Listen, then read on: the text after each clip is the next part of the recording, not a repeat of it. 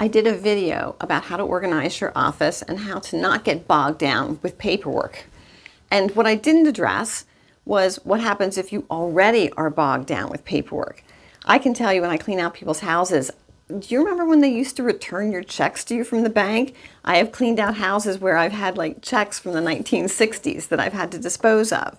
I had one estate I did one time down in the basement. They had this almost like a card catalog cabinet that had these little skinny drawers, long drawers.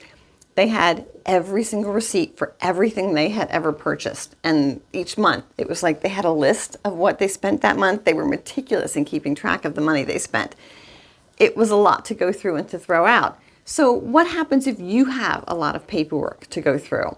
When I'm working with a client downsizing and they have a lot of paperwork, I give it to them as homework. So I recommend that you put it wherever you watch TV so that you can work on it during the commercials. So just take a chunk of it at a time. Don't try and do all of it all at one time, but take a big chunk of it and just sit and put a trash can next to you and then have a box there. So you want to sort it into piles. Just go through each piece. Okay, this is trash. This is something I need to shred, goes in one box, and this is something I need to save and file, goes in another box. And just sit there and go through it during the commercials.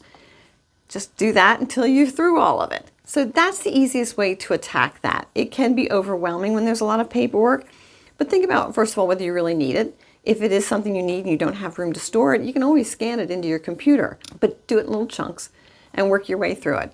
But don't hold on to stuff you don't need. Like those prospectus from your financial guy. When I cleaned out my mother-in-law's place, she had all of those. She didn't need those. She didn't even read them. Things like magazines and catalogs. Old bills. You know, once you've paid a bill, you may want to keep it until you get your next statement to make sure that they've received your payment.